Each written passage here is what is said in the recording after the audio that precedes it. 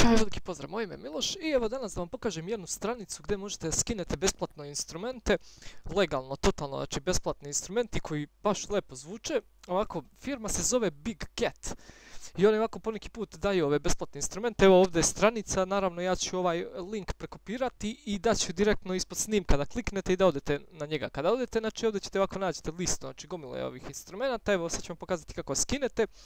Naprimjer, ako imate ne znam koji, ako posjedujete zapravo Windows 64 ili 32 ili imate Macove, ja na primjer imam Windows 32, ja ću kliknuti na 32 i sada znači čekamo da se pojavi ova, evo, pojavio se, znači ikonica, idete ovdje, znači markirate save, ok, i ona ovdje evo skida.